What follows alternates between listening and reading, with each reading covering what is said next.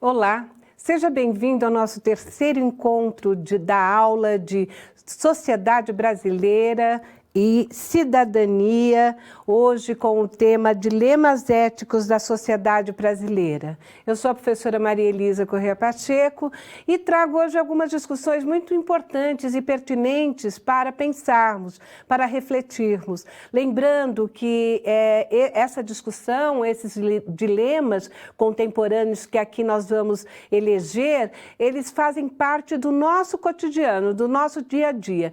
E aqui estamos fazendo ciência, portanto, vamos tratá-lo à luz dos conhecimentos científicos, à luz da ciência política, da maneira como as teorias nos demonstram e não a partir de senso comum ou mesmo de opiniões, sejam lá por uma questão de seguir uma determinada posição política ou outra. Gostaria de convidar você para que nós fizéssemos aqui um trabalho bem criterioso, um trabalho que apresente a partir das teorias, a partir dos conhecimentos que você já teve e que desenvolveu ao longo desses nossos encontros para trabalhar a questão da ética, da moral, da cidadania, dos conceitos de democracia, que nós possamos discutir isso a partir disso, a partir desses conceitos, a partir das ideias democráticas, a partir da formulação não só histórica, mas também da ciência política, da sociologia e, é claro, à luz da filosofia. Então, esse é o nosso tema de hoje, dilemas da sociedade brasileira, dilemas contemporâneos, que vai envolver todo o processo da ética e como isso é importante. Vamos ver como nós organizamos essa aula para você. Essa é a unidade 3, então lá no seu livro didático, você consegue fazer a leitura dos tópicos que envolvem o que praticamente? Qual é a competência que nós vamos desenvolver? Nós vamos desenvolver uma competência de reflexão. Então, a partir do embasamento teórico, a partir dos conhecimentos filosóficos, nós vamos discutir temas muito importantes. Você vai ver a corrupção, a miséria e o racismo. Então, nesse sentido, nós temos aqui como competência analisar, a partir dos parâmetros científicos, reforço isso, os fenômenos da corrupção, do racismo e da miséria, que envolvem a realidade do povo brasileiro. Qual é o resumo da nossa aula? Estudos sobre os obstáculos centrais para a construção de uma sociedade democrática e mais justa. Então, esses estudos concentram-se na corrupção, miséria e racismo. Título da aula, Dilemas Éticos da Sociedade Brasileira. Essa é a nossa teleaula número 3. Eu preciso que você, então, se dispa, faça aí um novo olhar, se desconstrua a partir dos seus conhecimentos, vamos dizer, do senso comum, das suas posições políticas e vamos navegar com os filósofos, com a história da humanidade, com a história da sociedade brasileira reportada através de inúmeros teóricos, inúmeras análises econômicas, sociais, políticas, culturais, antropológicas e vamos tentar buscar respostas para essas condições, vamos dizer, esses 3 grandes elementos: corrupção, racismo e miséria. Claro que são altamente complexos, claro que nós temos aqui uma reflexão que tem que ser muito bem pontuada, mas sabemos que a ciência nos permite analisar aprofundadamente esses temas. Por quê? Porque ela nos dá as condições através do método, seja ele o dialético, seja ele o hipotético dedutivo, seja ele qual for, mas a partir dos métodos nós conseguimos entender como se deu essa nossa sociedade e por que esses 3 grandes obstáculos atualmente são tão presentes na vida de todos nós, na vida de todos os brasileiros. Tanto a corrupção, como o racismo, como a pobreza, a miséria, fazem parte do nosso cotidiano, da nossa realidade e por isso é preciso pensarmos sobre eles.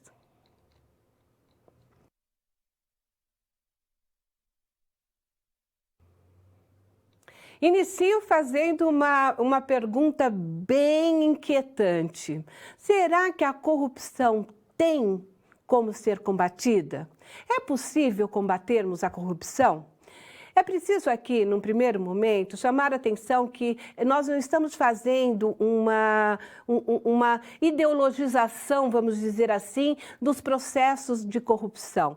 Na verdade, muitas das sociedades, e não só a brasileira, têm como um problema ético e um problema moral o processo da corrupção. A corrupção faz parte de um comportamento, faz parte de um comportamento histórico, faz parte de um comportamento cultural de determinadas sociedades. O que é preciso que nós possamos aí pensar e repensar é como essa corrupção ela pode ser diluída ou minimizada enquanto relações sociais, enquanto uma sociedade que se pensa democrática, uma sociedade que se firma na justiça social. Então, quando nós perguntamos a corrupção tem solução, nós estamos exatamente nos remetemos a essa ideia, não é? A ideia de pensarmos que corrupção existe e faz parte de um comportamento que não é ético, mas um comportamento muitas vezes naturalizado, e é isso que nós vamos observar. Então, no quadro, eu tenho aqui para você observar que a corrupção, ela é, num primeiro momento, falta de transparência, não é mesmo? Falta de transparência da cultura democrática, daquilo que nós entendemos democraticamente como um conceito de sociedade. E ela parte de dois grandes princípios, vamos dizer assim, da dimensão sistêmica e estrutural, que acredito é a que nós brasileiros vivemos hoje, que é a corrupção como uma grande fraude social, uma forma de expoliação do povo comum, uma fonte de crime, de extorsões, e a dimensão da relação também do capital trabalho, que é aquela corrupção que é o resultado das relações e interesses privados sobre a riqueza construída socialmente e acumulada na sociedade capitalista. Você deve estar perguntando, ô professora, mas então também é corrupção essa relação de trabalho, do capital e trabalho? Sim, é uma manifestação de corrupção. Por quê? Porque o processo dessa inter-relação entre os indivíduos, elas não são mediados por uma ética, não são mediados por uma solidariedade, mas sim por um capital, sim por um lucro. Então, ela se torna também um processo de corrupção, aquele que busca enganar o outro, aquele que busca trapacear. Mas vamos ainda no quadro que você tem aí uma outra reflexão que pode nos ajudar a pensar esses processos de exclusões e processos de impunidade que são feitos aí através dessa ideia de corrupção. Então, o combate ao problema estrutural da corrupção no Brasil passa pelo fortalecimento das vias democráticas, do exercício da participação cidadã, dando transparência às ações públicas e privadas, combatendo a naturalização da corrupção. Que seria essa naturalização da corrupção? Bem, quando nós olhamos para a política, infelizmente a mídia é muito responsável desse tipo de pensamento ou desse tipo de invasão que nos vai colocando no dia a dia, vai nos fazendo no dia a dia acreditar que a corrupção não tem jeito, todo mundo é corrupto e nós igualizamos, né, ou homogeneizamos principalmente o foco político. Na realidade, a corrupção não se dá somente no campo da política. A corrupção se dá no campo das relações dos indivíduos com a sociedade, dos indivíduos com o outro. Ela se dá na cultura, ela se dá na economia, ela se dá em todos os campos de organização sistêmica da sociedade. Então, muitas vezes, quando você só criminaliza um determinado setor, como se aquela máxima, entre aspas, né, todo político é corrupto, você naturaliza, como se isso fosse natural, e não é natural. porque nem todos os políticos são corruptos. Nós sabemos que tem muitas pessoas, muitos indivíduos que agem sobre uma ética, que agem sobre escolhas que fazem, né, para um determinado tipo de relacionamento solidário, um tipo de relacionamento mais igualitário, fraterno com os indivíduos. Então, não dá para nós generalizarmos, não é mesmo? Então, a naturalização da corrupção, como se fosse algo da participação somente no campo da política, é uma forma de neutralizar, ou seja, não demonstrar os reais interesses ou mesmo as reais relações em sociedade dos outros campos de relacionamento. Lembra quando muitas vezes você, infelizmente, ou eu, ou qualquer indivíduo tenta subornar um guarda para não levar uma multa? Isso é uma corrupção. Não é? Tenta furar uma fila, é uma corrupção. Quer dizer, é uma maneira em que o indivíduo busca ganhar vantagens em cima daquilo que ele poderia estar aí agindo com solidariedade, agindo com um bem comum, agindo pela coletividade. Mas podemos observar ainda no quadro que a corrupção e a ética, então, elas nos levam a pensar muito essa relação de interesse entre os setores do público e o privado, que é essa relação que nós temos muito ligada, né, à relação de Estado, muito ligada ao processo do fortalecimento do capital, né? Então, nós temos muito aí dos desvios institucionais, e essa relação entre o Estado e esses setores privados, elas são uma das formas de corrupção que mais aí são observadas no nosso dia a dia, em nossa sociedade.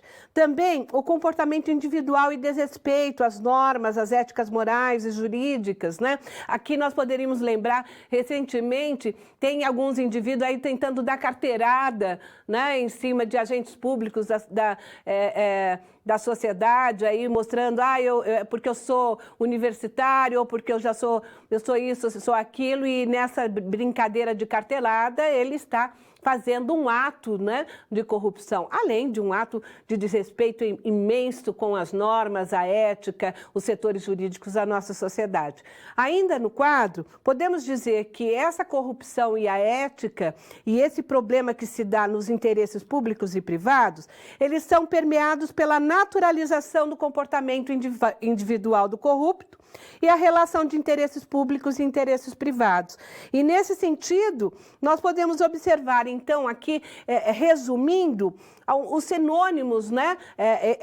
O sentido da palavra corrupção. Então, se nós formos lá nos dicionários e tudo mais, você vai ver que a corrupção, ela tem como sinônimo a indecência, né? E o suborno, é a depravação de hábito, de costumes, devastidão, ato ou efeito de subornar uma ou mais pessoas em causa própria ou alheia, com oferecimento de dinheiro ou suborno, uso de meios ilegais para apropriar-se de informações privilegiadas em benefício próprio. Isso é alguns dos elementos ou alguns dos princípios que regem a corrupção.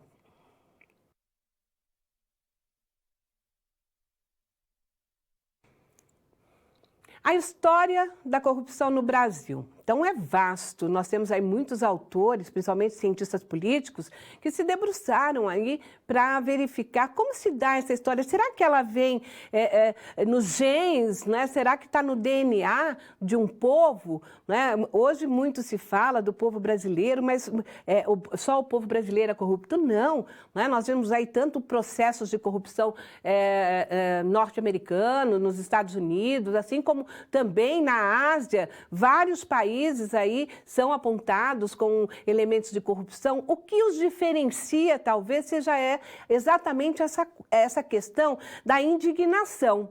Então, na história de um determinado país, a indignação de atos de corrupção é que faz o processo de combate a ela. Então, quando você naturaliza a corrupção, é claro que você não está combatendo, você está achando tudo normal, como se tudo tivesse aí estabelecido, pronto e nunca mudável.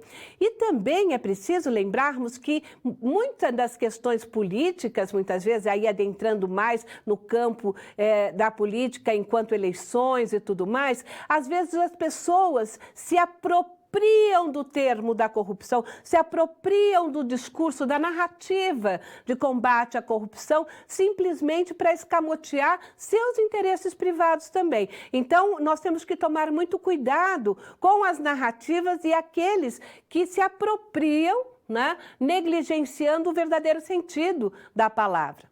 Na história do Brasil, os autores nos demonstram, a partir da perspectiva culturalista, que nós herdamos, principalmente da sociedade portuguesa, essa relação do individual para o coletivo. Então, na perspectiva culturalista, enfatiza como os valores, os costumes e a cultura herdada da sociedade portuguesa são determinantes para explicar o interesse individual em detrimento do coletivo. Não é? A corrupção não apenas agrava as desigualdades sociais, econômicas, políticas, culturais da sociedade, como também a reproduz dentro de uma dimensão de formação, né, socioeconômica e dentro do mesmo processo da relação do Brasil colônia e da exploração. O que nós estamos querendo dizer é o seguinte: quando a história do descobrimento do Brasil, vamos dizer assim, porque, né, aqui nós já tínhamos os nossos povos originários, nós tínhamos os nossos índios, mas dentro da história oficial, da história da colonização, né? A colonização e depois a história do imperialismo, nós vamos ver que sempre é colocado aquela questão etnocêntrica, né? Do que os valores maiores, os valores morais que esses indivíduos, tais como os portugueses, os espanhóis ou mesmo os norte-americanos, carregam e trazem para suas colônias, eles vão repassando como dentro de uma normalidade, como se aquele fosse o modelo a ser seguido. Então, desde a era de Portugal, desde da época em que ali eram atendidos interesses particulares e não os interesses da coletividade, né, do povo brasileiro, vai se estabelecendo aí um processo de corrupção. E nesse sentido, olhem lá no quadro, nós vamos ver da grande história, né, principalmente da ciência política, como que essa construção histórica vai se fazendo através do clientelismo, né, que é essa prática eleitoral que nós vemos aí, dos coronéis para manter um determinado político, para se estabelecer dentro de um quadro de intenção política, né, para buscar aí as suas benesses e tudo mais. A ideia de patrimonialismo, que é aquela fusão de interesse entre o público e privado, também os senhores de terra, grande parte latifundiárias, né, que mantêm essa relação e trazem essa relação também para a relação de gênero, né, para a relação dos papéis que homens e mulheres deverão aí seguir na sociedade.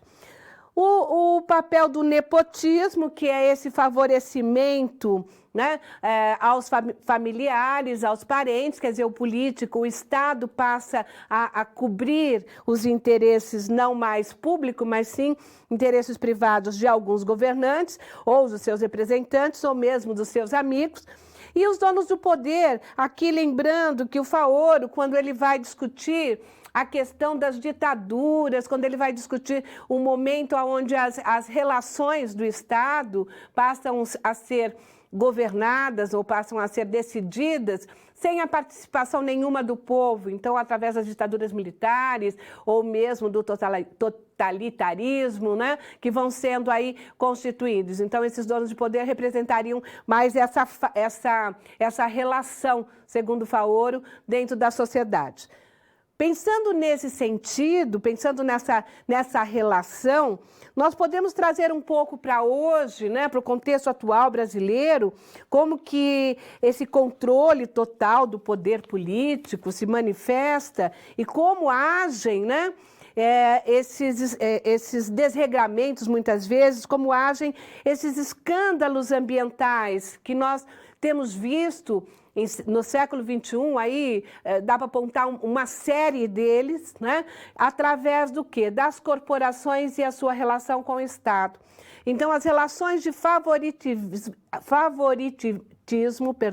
falei errado, favoritismo, apropriação indébita, concorrência desleal, além de outras formas de corrupção, como suborno, falseamento de dados para órgãos regulamentadores e ambientais, e isso tudo dentro de uma ótica. Poderíamos ter pego outra, mas aqui nós pegamos a ótica das relações ambientais, os grandes escândalos ambientais que temos visto aí, que têm sido apresentados a nós quase dia a dia,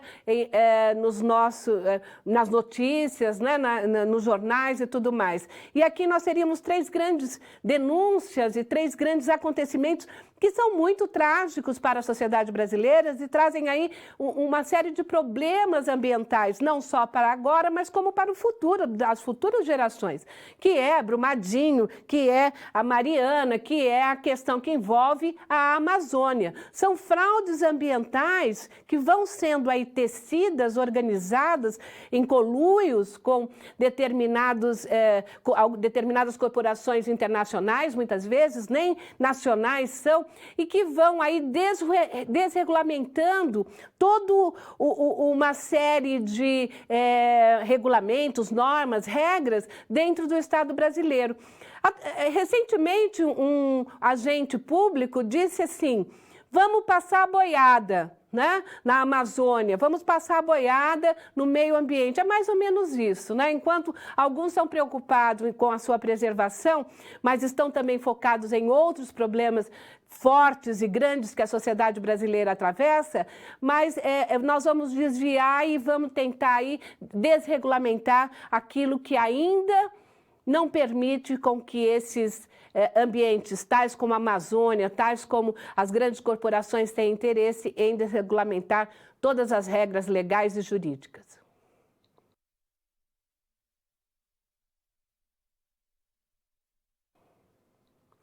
Por que a miséria persiste no Brasil?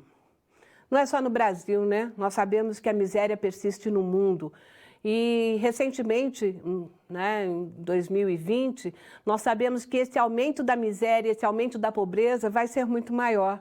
Infelizmente, por conta do Covid-19, nós teremos aí muitos problemas a serem resolvidos, não só pelos nossos migrantes ou imigrantes que saem de suas regiões, de suas nações em busca de suas sobrevivências, mas também do próprio setor urbano, da própria sociedade, por conta da sua organização. Porque nós sabemos que cada vez mais o desemprego é grande, cada vez mais o trabalho é escasso e cada vez mais a pobreza e a fome, elas são aí questões a serem pensadas e refletidas como um grande dilema por conta da sua complexidade. Nesse sentido, podemos dizer que a concentração fundiária, num primeiro momento, essa relação do déficit, né, entre as terras e o processo da agroindústria, são, assim, num primeiro momento, o grande problema a ser pensado, resolvido politicamente na nossa sociedade. E isso, gente, nós estamos no século XXI e ainda não resolvemos esse problema da concentração de terras. E cada vez mais, numa sociedade capitalista, numa sociedade neoliberal, cada vez mais esse problema ele se aprofunda na medida que nós não estamos mais lidando com pequenos negócios ou pequenos fazendeiros, nós estamos lidando com grandes mineradoras, grandes corporações e corporações não somente nacionais. Na maioria das vezes são concentrações fundiárias dadas pelas cooperativas internacionais, que foram aí permitidas adentrar nos Estados-nação a partir do processo da globalização.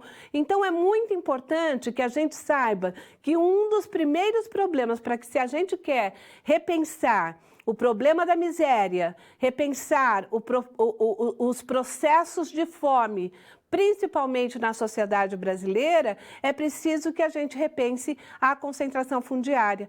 Na realidade, essa concentração ela tem que ser revista. Não deveria ser agora, né, no século XX, deveria ter sido lá no século XIX, século XX, mas ainda está em tempo. No quadro, dentro dessa análise, aqueles municípios que estão em áreas de maior produção agrícola, do grande agronegócio, isso é um dado, tá? O professor Gonzalez, de 2016, ele apresenta toda uma estatística deste fato.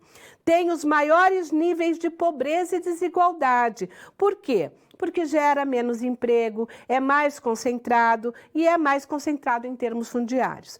O movimento dos trabalhadores sem terra, a luta pelos direitos e da desconcentração fundiária, adotando medidas de produção alternativas, tem se demonstrado atualmente, com o problema da Covid-19, tem se demonstrado um movimento solidário à sociedade urbana, na medida que muitos desses recursos, né, muitos desses das plantações, né, de comida que eles fazem dentro da sua organização, eles têm distribuído para as populações das favelas, para as populações vulneráveis que estão aqui sobrevivendo na cidade. Então, é muito importante que pensemos, de repente, em vez de grandes corporações, por que não grandes cooperativas, como a Cooperativa dos Movimentos Sem Terra. No quadro, dentro deste processo, podemos pensar também que a urbanização desordenada com a segregação espacial, ela vem cada vez mais empurrando os indivíduos para onde? Para as favelas. Existe uma ausência de moradia muito grande na sociedade brasileira. E esses dois são dois grandes problemas estruturais da nossa sociedade que expõem a vulnerabilidade das pessoas, o processo de contradições da sociedade urbana, que pressiona o Estado para a realização de políticas efetivas em relação aos mais pobres, em relação aos mais vulneráveis. Nós muitas vezes observamos o Estado a todo momento lançando políticas de socorro aos setores financeiros, aos setores econômicos, mas quando chega este momento dele ele realmente atuar, né, ou minimizar o problema da fome, o problema que envolve não só a concentração de terra, mas também a concentração de vidas, né?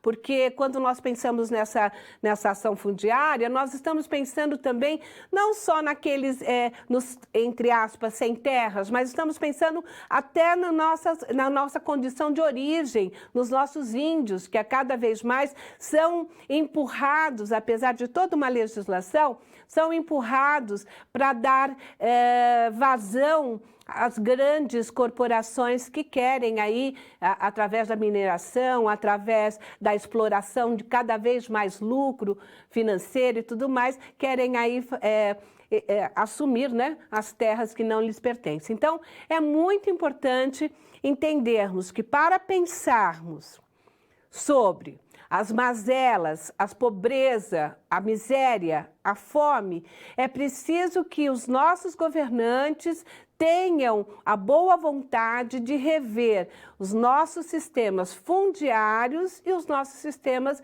urbanos, ou seja, a concentração da propriedade privada na mão de poucos ou muito poucos indivíduos em detrimento da quantidade massiva de indivíduos que moram na rua, indivíduos que moram nos beirais das lojas nas cidades e também daqueles que são expelidos do campo e vêm para a cidade, aumentando aí a concentração nas favelas, aumentando todo um processo de desconstrução humana, ou mesmo a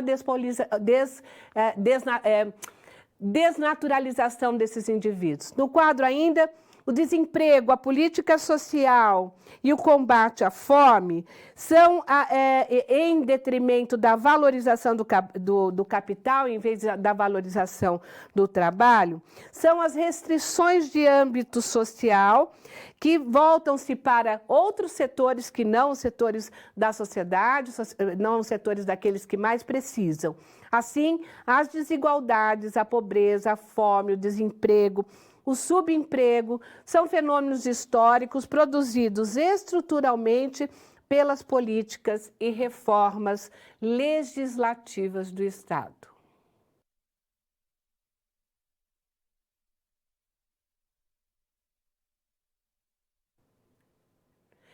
Quero te convidar para resolvermos juntos uma situação-problema sobre os aspectos que estamos trabalhando da corrupção, do clientelismo, do patrimonialismo, das questões que envolvem o nepotismo, enfim, as questões que envolvem as vantagens de alguns em detrimento da grande maioria do povo brasileiro.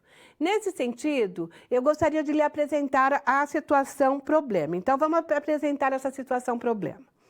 No Congresso Nacional Brasileiro, parlamentares não atuam apenas individualmente para ter maior influência. Eles se unem em grupos e blocos para jogar o jogo da política nacional. Um dos grupos mais famosos no Brasil é o grupo chamado Centrão, formado por congressistas de diversos partidos políticos. Eles têm poder para mudar o equilíbrio de forças nas duas casas, especialmente na Câmara dos Deputados. Então, eles têm força para trabalhar tanto, né, todos os partidos políticos, não só esse, mas todos os partidos políticos, dependendo da sua posição numérica dentro do Senado ou dentro da Câmara dos Deputados, eles têm uma maior equalizão, né, entre eles e conseguem aí as principais votações de interesse que se espera que seja interesse público, interesse do coletivo. Sempre quando nós falamos nos setores que as instituições que regem o povo brasileiro, nós estamos pensando nas instituições democráticas,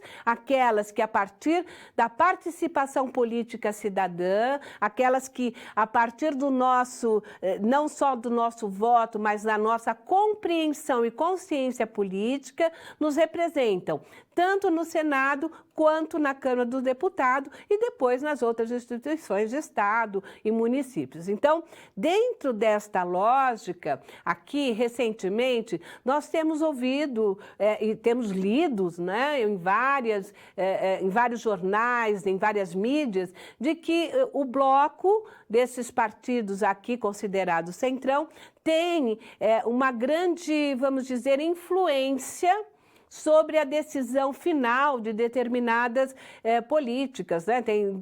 Eles têm votos suficientes para decidirem aí uma disputa entre Estado e, vamos dizer, os outros partidos políticos. Pensando assim, vamos ver como a gente problematiza essa situação. Vamos ao quadro. Entendendo que a negociação do voto, o tráfico de influência, sempre estiveram presentes na vida dos brasileiros, lembra que nós já falamos aí da história, né, do povo brasileiro, que vem aí com o clientelismo, lá da colônia, de Portugal e tudo mais?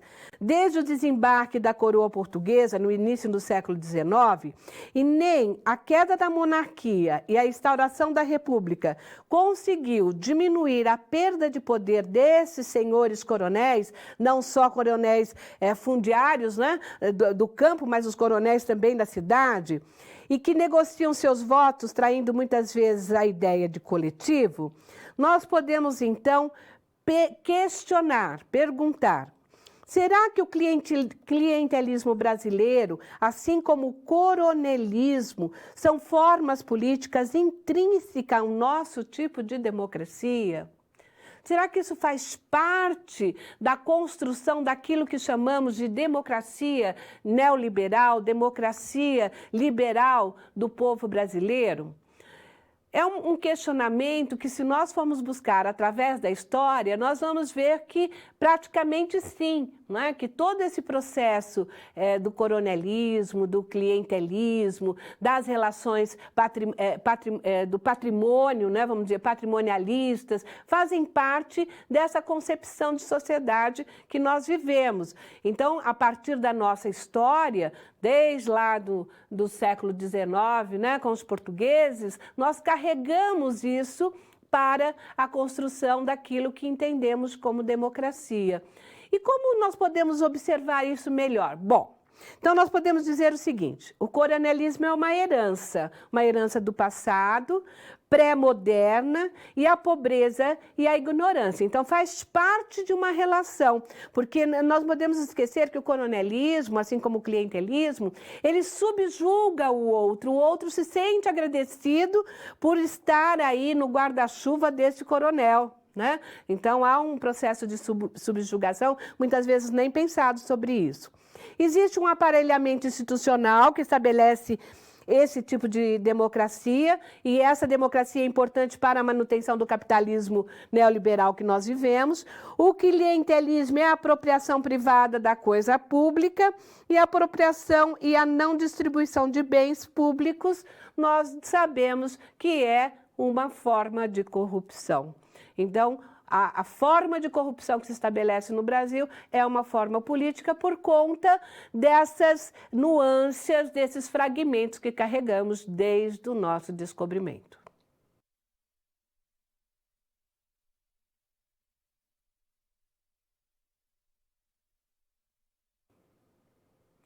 Convido você, então, agora a desenvolver uma interação. Vamos, nesse momento, pensar sobre a seguinte questão.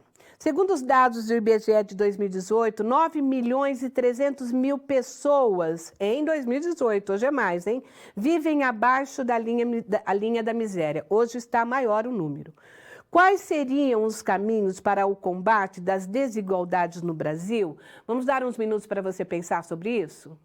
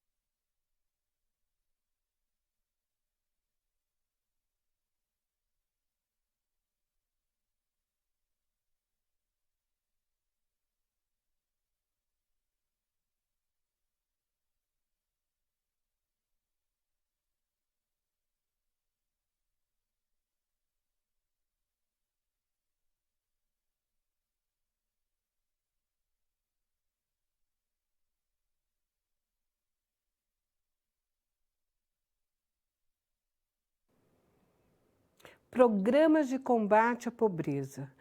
Um assunto importante para a gente pensar se realmente o Brasil, se as nossas instituições de Estado, elas estão incorporando ou estão trazendo alguns programas para o combate das desigualdades, para o combate da pobreza que se faz presente no Brasil.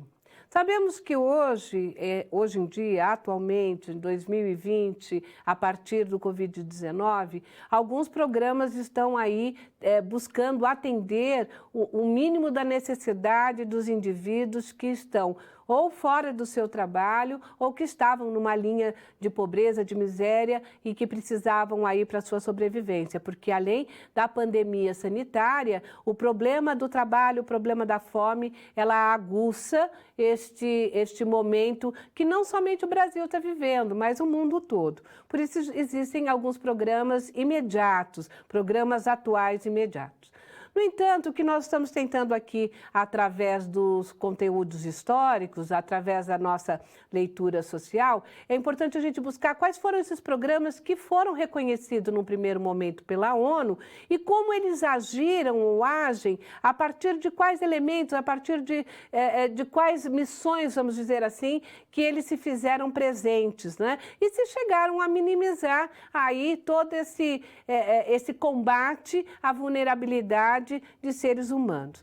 Nesse sentido, no quadro, nós vamos ver que alguns programas de combate à pobreza, desde de 2012, 2014, nós vamos ver alguns que se tornaram aí reconhecidos pela ONU como um combate sério, um combate que se fez presente.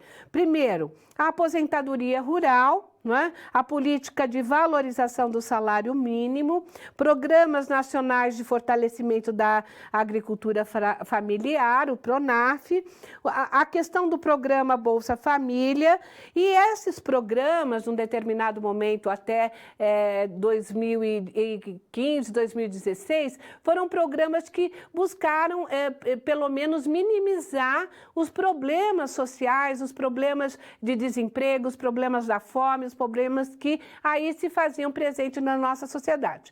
Contudo, com mudanças, mudanças dentro do jogo político, com as mudanças que ocorrem naturalmente dentro das sociedades, a partir aí das escolhas, as escolhas políticas que se faz, que o povo brasileiro fez e realizou dentro de um processo, nós vamos ver que essas políticas, elas passaram a ser questionadas e muitas vezes até a receberem cortes, da sua, vamos dizer assim, da sua forma de emprego. Então, os cortes a esses programas sociais vêm aguçando a pobreza, o desemprego e a precarização do trabalho. E isso é visto principalmente agora, mais do que nunca, a partir desse problema sanitário que vivemos aí, que é o marco de 2020, que será lembrado por todas as outras gerações que vão vir. Nesse sentido, é importante quando pensamos em programas de ações sociais e se a sua necessidade, se realmente eles fazem, vamos dizer assim, se eles são necessários para buscar minimizar, solucionar, ou pelo menos trazer os direitos sociais, os direitos que foram aí constituídos e estabelecidos na nossa Constituição brasileira de 1988, é importante que a gente observe que ela lá, a própria Constituição coloca que é preciso para tentarmos estabelecer uma equidade entre os indivíduos, apresentar esses programas, porque senão a miséria, a fome vai ficar cada vez mais profunda. No quadro, dentro dessa lógica, dentro dessa perspectiva, de que é uma perspectiva de alternativa para aquele país que se quer mais igualitários, a pobreza, a fome e as desigualdades não podem ser construídas ou entendidas como naturais, mas elas são fruto da organização, da estrutura dada de uma sociedade, do capitalismo e neoliberalismo. Então, o que nós queremos dizer com isso, né?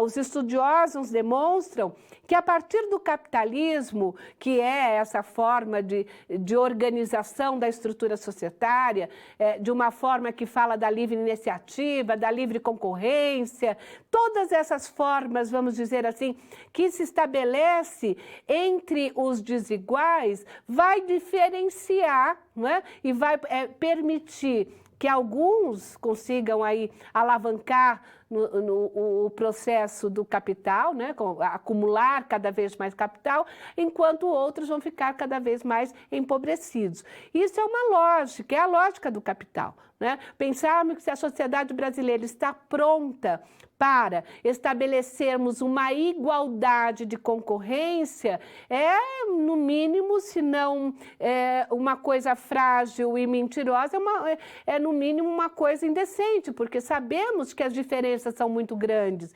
entre as populações, entre aqueles que já têm constituído a partir da sua origem, as relações de produção, as suas relações para a sobrevivência, e aqueles que já vêm pauperizados de geração em geração e se colocam no mercado e que, claro, que não vão competir da mesma forma.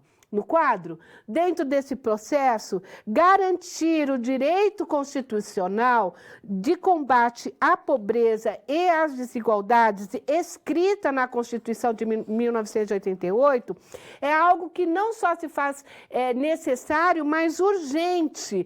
Por quê? Porque o mapa da miséria cada vez mais vem apontando, né, as grandes desigualdades, as grandes diferenças. Então, por exemplo, essa pesquisa da Oxfam de 2017 demonstra que a pobreza e a alta concentração de renda e de riqueza, as crises políticas e o aumento do desemprego, e a cor e o sexo, ela é gritante no nosso território. Quer dizer, cada vez mais podemos ver isso através de dados. Por exemplo, 6 brasileiros concentram, olha bem, hein? 6 brasileiros concentram a mesma riqueza que metade da população, ou seja, um pouco mais de 100 milhões de pessoas, e os 5% mais ricos da população brasileira detêm a mesma fatia de renda que os demais 95%, né? 95% dos brasileiros. Então, as estatísticas, né? Então, se nós formos para o campo da exata, para o campo estatístico da comprovação, ele demonstra esse alto índice de desigualdade que estabelecemos no Brasil. Um dado que estarrece qualquer pessoa é observar que nós perdemos só para o Haiti de tanta desigualdade. É sério isso, não é mesmo?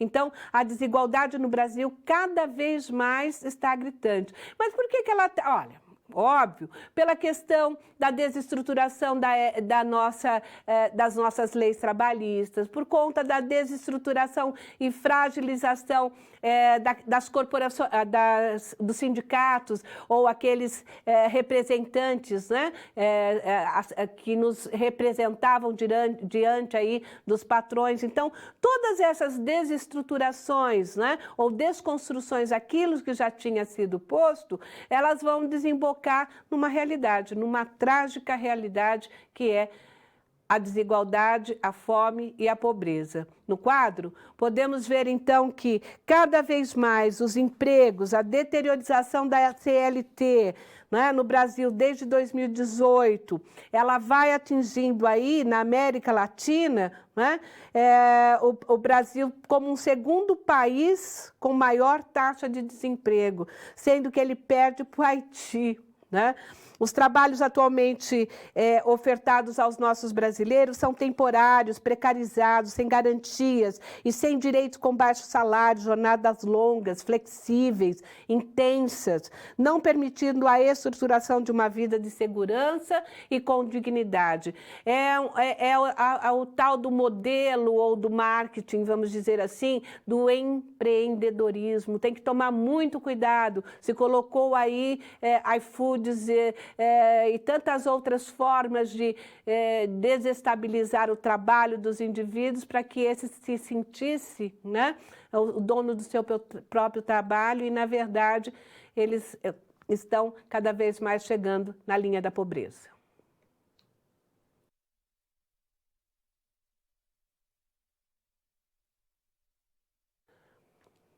Como combater o racismo? Dentro da lógica da unidade 3 do seu livro didático, nós podemos observar que, ao pensarmos em racismo, nos leva a voltar o nosso olhar para a nossa própria colonização, para as estruturas que formaram o povo brasileiro. O que viria a ser esse racismo? Será que realmente estamos demonstrando cada vez mais que o racismo é estrutural? Ele pertence à estrutura e composição da nossa própria sociedade? Hoje em dia, muito tem se falado sobre isso, e principalmente a partir dos noticiários, não só dos Estados Unidos, da Europa, mas principalmente no Brasil, a grande violência que se tem contra os negros no Brasil. A grande violência não só dos agentes públicos da nossa sociedade, mas de modo geral, da grande população, vamos dizer assim, da sociedade brasileira em relação aos seus negros, que fazem parte do povo brasileiro. No quadro, você vai ver que as discussões para minimizar essa questão do racismo no Brasil, como combater o racismo no Brasil, muitas vezes é muito criticada. É questionada até porque acreditam que é uma concessão que deveriam ser feitas também para outros tipos de indivíduos, os brancos, os imigrantes, sejam eles quais forem. Na verdade, não entenderam ainda que as cotas ou as políticas de ação afirmativas são destinadas a agir contra as desigualdades raciais, de reprodução das injustiças sociais. O que seriam essas desigualdades como produção das políticas ou das injustiças sociais? Exatamente aquilo que se concebeu através de séculos de história, através da própria humilhação ou mesmo subordinação, né, do outro, como se ele fosse pertencente a um determinado tipo e modelo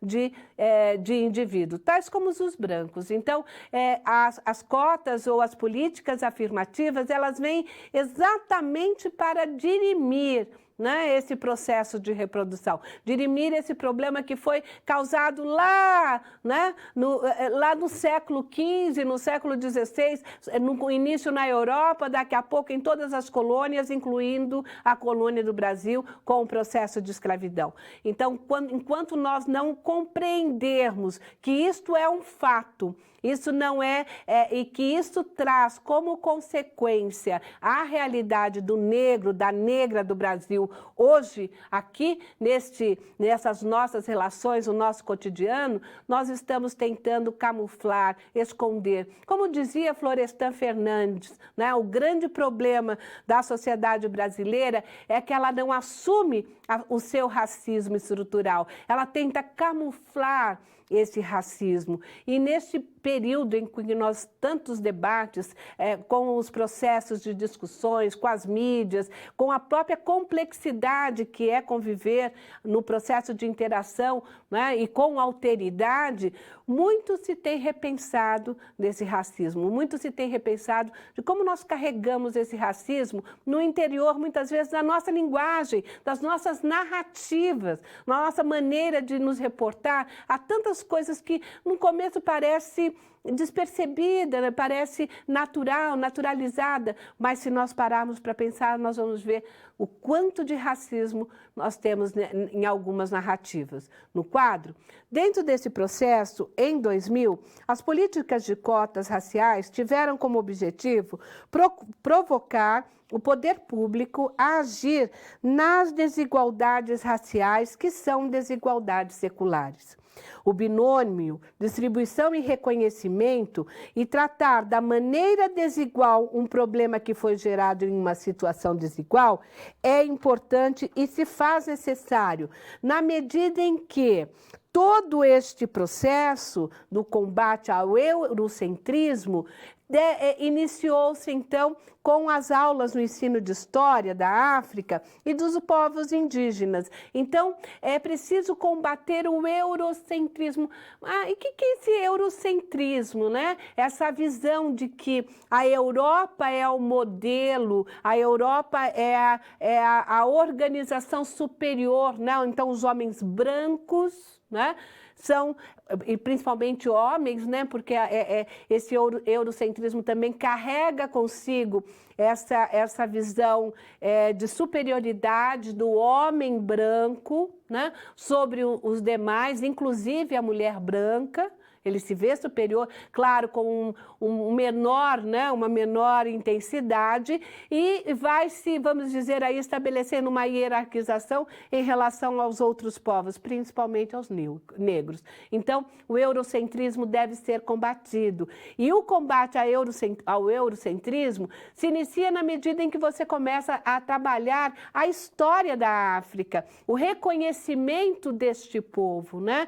O reconhecimento não só da África, mas também dos povos originários, dos índios, dos indígenas brasileiros. No quadro, dentro dessa visão eurocentrista, que é o sentimento de superioridade racial em relação, em detrimento aos negros e índios, e observando-os como objetos de exploração e dominação. Então, eles não são humanizados, o negro não é humanizado. Por isso que, muitas vezes, quando nós nos questionamos essa alta violência contra os negros das favelas, né, esse forte racismo do sistema, de um modo geral, nas favelas, né, no extermínio contra os negros, ou mesmo no extermínio contra os índios, que está ocorrendo recentemente no Brasil também, é por conta exatamente do não reconhecimento das suas humanidades.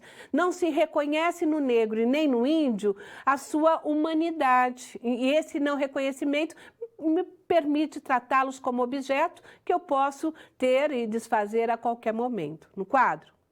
Dentro desse processo, o reconhecimento formal dos direitos dos negros passa a ser uma arma de combate ao racismo, contraditoriamente, também serve como um fator ideológico para justificar a sua reprodução, dizia Florestan Fernandes. Isso porque não reconhece as condições de classe por partir da igualdade formal dos direitos.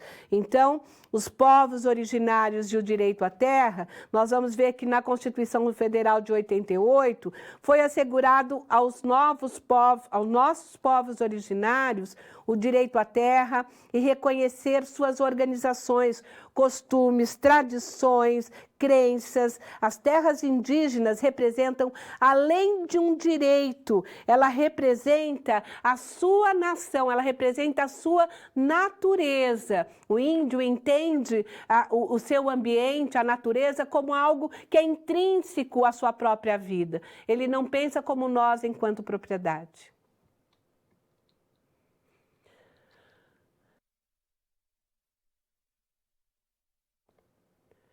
Movimentos de resistência.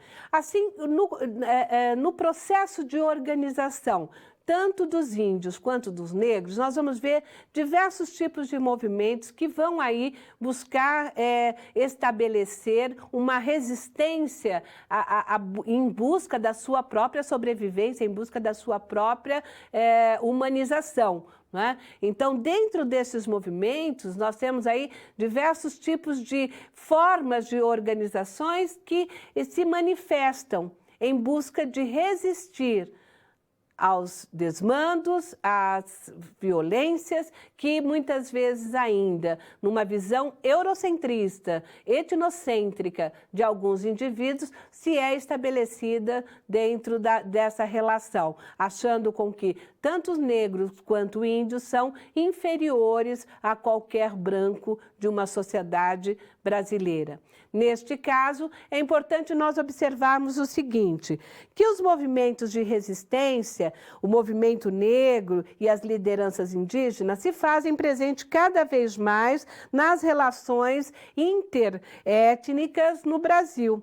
Então, nós vamos ver que os líderes indígenas, né, e aqui especificamente agora pensando sobre eles buscaram não mais estabelecer uma relação com a FUNAI, mas buscaram estabelecer um diálogo direto com os órgãos, né, representantes, os órgãos assim que realmente de destaque para articular as suas representações políticas, articular na esfera pública. Então, líderes indígenas ganham destaque, são reconhecidos como sujeitos políticos. Nós temos aí a Sônia Guajajara, o Krenak, temos o Pajé Yanomami, o cacique Raoni, que esteve até doente recentemente. Então, vários desses líderes vão articulando, gestando e representando politicamente na esfera pública as necessidades desse povo.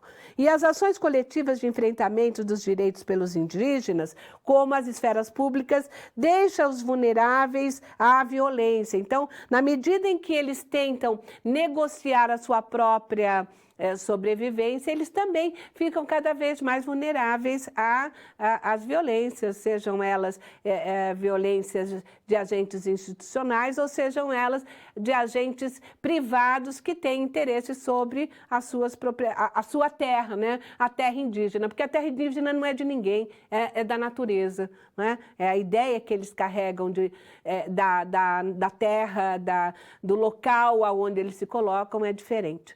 Também podemos ver os movimentos negros representados, né, ou através do Movimento Negro Unificado, fundado em 1978, através das quilombolas, as mulheres negras, e sempre em busca do combate ao genocídio de jovens negros e negras da periferia. Aqui é muito importante a gente ressaltar que o racismo é a formação histórica da nossa desigualdade, que foi aí construída até sobre a ideia de Gilberto Freire, com a ideia do mito da democracia racial, que não permite ações coletivas para o enfrentamento do racismo e do genocídio negro, e vai camuflando a opressão de uma etnia com mais poder sobre a outra.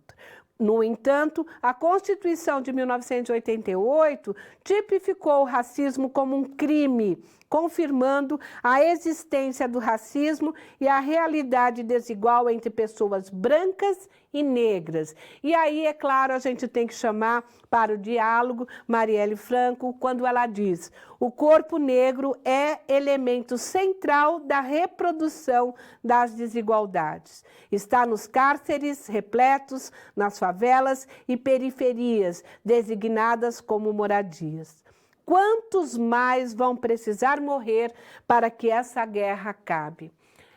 Marielle Franco, uma pessoa que se fez presente na história política brasileira, que foi assassinada, é uma representante destes movimentos negros. É importante nós lembrarmos que hoje, mais do que nunca, as mulheres negras se fazem presente no mundo, não só no Brasil, com lutas escancaradas, né? Grandes guerreiras em busca de uma relação igualitária, em busca do reconhecimento, o direito à vida. O direito à vida que tanto o branco quanto o negro, eles têm por conta da sua própria humanização, pela sua própria humanidade. O direito à vida do negro é um direito que lhe é constituído pela sua humanidade.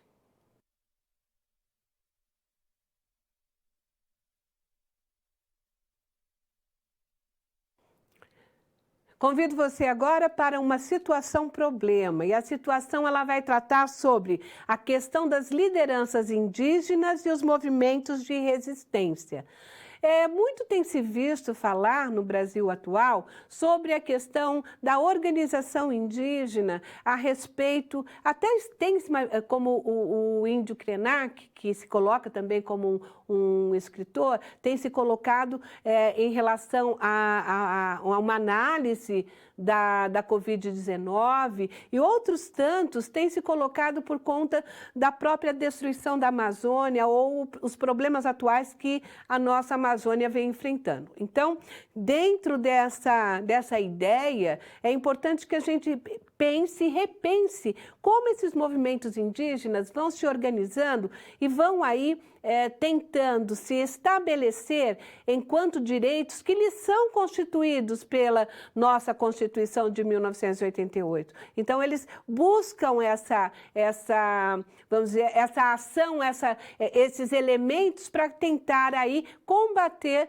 o que vem como violência em cima das suas terras, em cima da onde eles estão localizados. No quadro, apresentando a situação problema. O Brasil foi denunciado no Conselho de Direitos Humanos da ONU agora em 2020, pelo desmonte das políticas ambientais e indigenistas e pelo risco elevado de genocídio de povos indígenas isolados. A denúncia feita durante a audiência em Genebra foi apresentada pelo Instituto Socioambiental, pelas Conectas Direitos Humanos e a Comissão Arnes.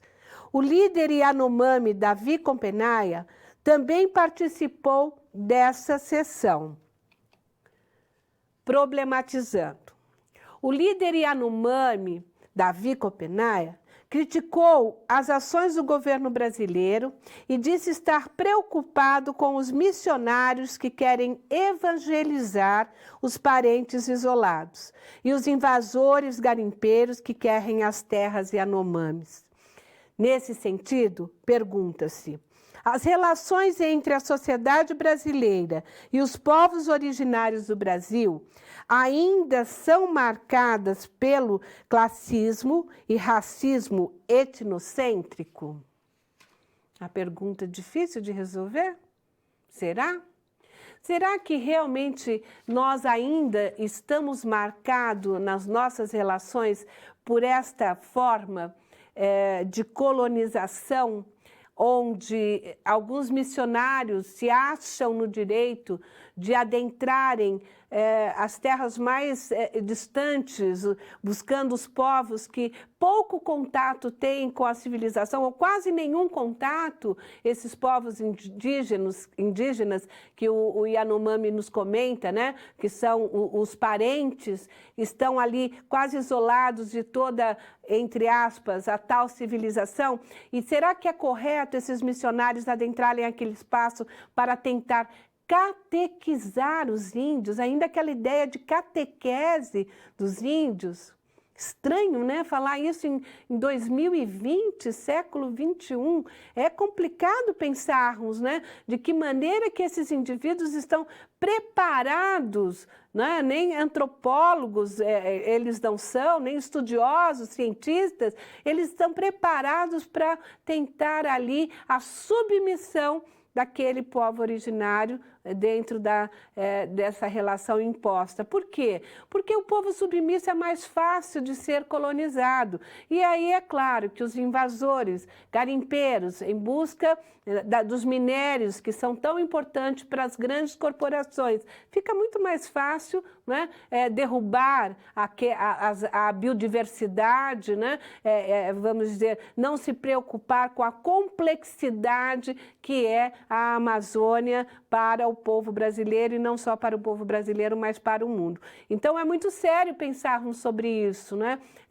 Não só neste sentido dos missionários, mas principalmente pelo genocídio que temos visto aí todos os dias sendo anunciado, a morte de um índio, a morte de um cacique, de um representante, de um líder indígena pelos invasores garimpeiros ou por esse, vamos dizer assim, esse grupo de pessoas que estão aí adentrando com seus gados. Então, é muito sério essa questão. É uma questão que foi levada à ONU, está em discussão, o mundo todo passa a olhar para a Amazônia com cuidado, com preocupação, até porque o Brasil pode sofrer sérias sanções econômicas por conta desses fatos, né? Por conta desses acontecimentos. Muitas empresas podem romper contratos com o Brasil economicamente por conta disso. Mas vamos ver aqui como nós vamos resolver essa situação, problema, né? As relações subalternizadas. Então, fica claro que não só a relação do racismo em relação aos negros, mas em relação também aos índios, de forma em que se negligencia a Constituição de 1988, né, a partir da forte violência que se exercita em cima deles. A negação das raízes que nós temos, isso é muito sério. Eu chamo a atenção.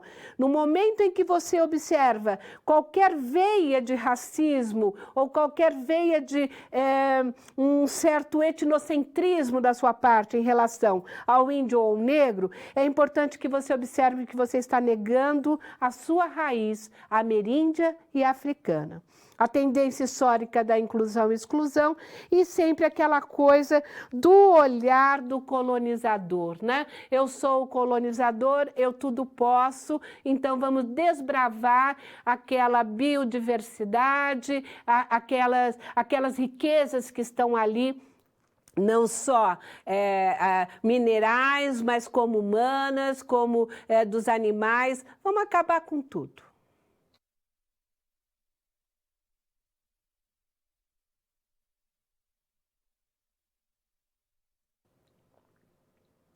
Interação. Eu convido você, então, agora a pensar sobre algumas questões importantes da sociedade brasileira.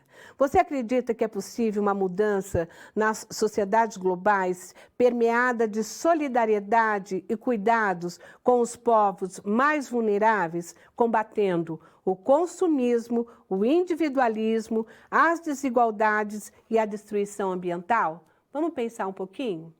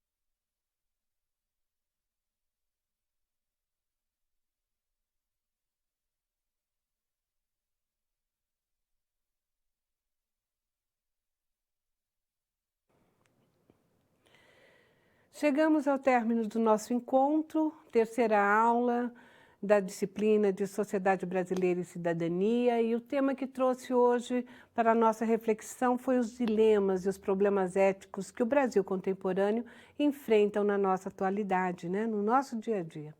E esses temas, eles são muito densos, são temas complexos, são questões que devem ser a todo momento colocadas à luz de reflexões, à luz de análises, que possam permitir que nós tenhamos o maior cuidado e a maior forma de segurança para tentarmos entender como eles vão se colocando e vão se classificando, vão se estruturando dentro da sociedade. Esses temas foram trabalhados à luz de três grandes categorias. A categoria da questão que envolve a corrupção, a categoria que envolve a pobreza e a categoria que envolve o racismo. São três grandes categorias de análises que devem ser pensadas à luz da filosofia, à luz da ciência política, à luz da sociologia e também à luz da antropologia. Porque é a partir dessas ciências que nós vamos compondo um pouco do entendimento das relações dos indivíduos que vão sendo tecidas ao longo da sua história, ao longo do seu ciclo, não só de produção, mas de cultura, mas de economia, a forma que social eles se colocam no mundo atual, no mundo brasileiro. Então, quando nós falamos desses processos, dessas categorias e desses elementos, nós podemos ver que, historicamente, o Brasil tem que repensar o seu racismo estrutural.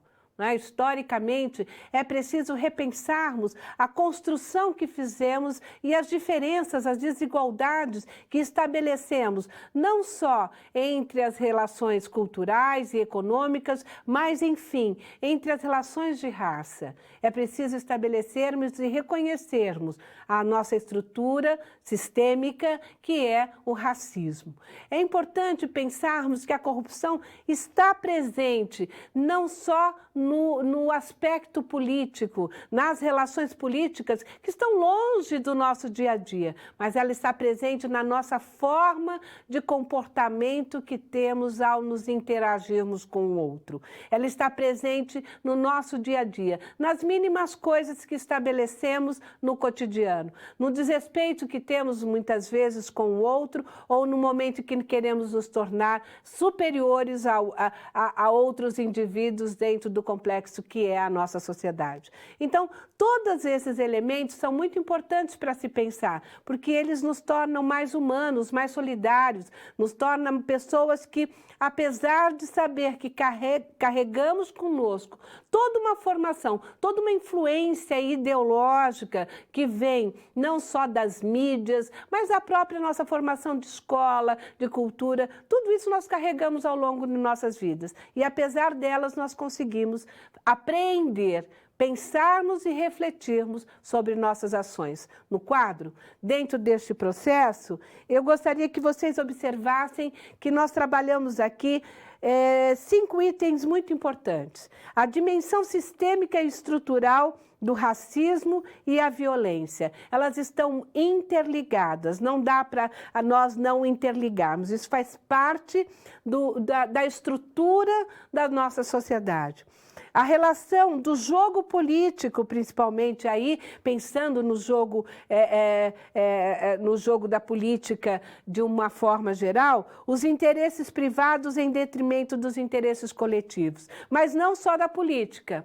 Né, do nosso dia a dia. A relação deste Brasil clientelista, patrimonialista, nepotista e dono de poder. Então, essa relação de poder que é estabelecida nessas relações de subjugar indivíduos que têm maior vulnerabilidade em relação a dependências, em relação aí a uma visão de detrimento do coletivo.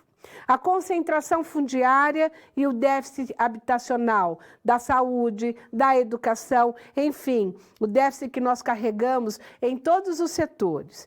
E o importante, repensarmos, né, os direitos que foram constituídos, os direitos constitucionais e os programas sociais.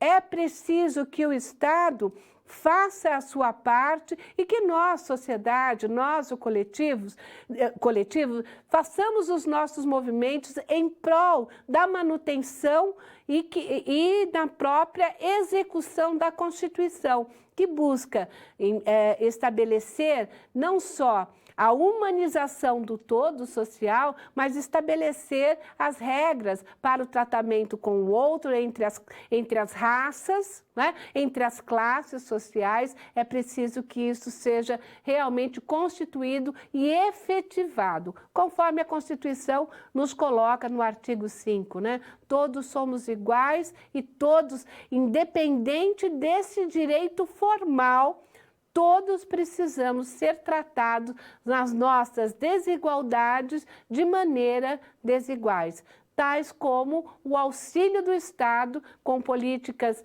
de ações sociais para que essa população possa realmente gerir as suas próprias vidas. Um grande abraço a todos e muito obrigado pela atenção.